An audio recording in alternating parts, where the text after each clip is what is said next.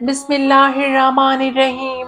حضرت جابر رضی اللہ عنہ فرماتے ہیں کہ حضرت عمر فاروق رضی اللہ عنہ نے جس سال وفات پائی اس سال ٹڈیاں گم ہو گئیں۔ حضرت عمر رضی اللہ عنہ ٹڈیوں کے گم ہونے کی وجہ سے سخت غمگین اور متفکر ہوئے کہ کہیں ٹڈیوں کا مکمل خاتمہ تو نہیں ہو گیا۔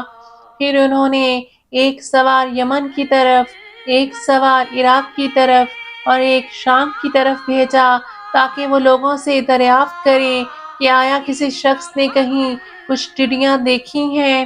چنانچہ جس سوار کو یمن بھیجا گیا تھا وہ ایک مٹھی ٹڈیاں لے کر حضرت عمر رضی اللہ عنہ کے پاس آیا اور ان کے سامنے وہ ٹڈیاں ڈال دیں۔ حضرت عمر رضی اللہ عنہ نے ٹڈیاں دیکھیں تو خوشی سے اللہ اکبر کا نعرہ بلند کیا، پھر فرمایا میں ٹڈیوں کے مکمل خاتمے سے اس لیے متفکر اور پریشان ہو گیا تھا کہ میں نے رسول پاک صلی اللہ علیہ وآلہ وسلم کو یہ ارشاد فرماتے ہوئے سنا ہے، خداوند بزرگ و برتر نے حیوانات کی 1000 قسمیں پیدا کی ہیں، ان میں سے 600 دریا میں ہیں اور 400 جنگل میں ہیں، اور جب قیامت آنے کو ہوگی تو ان میں سب سے پہلے ٹڈیاں ہلاک ہوں گی، تو حیوانات کی دوسری قسم بھی اس طرح پے در پے ہلاک ہونا شروع ہو جائے گی۔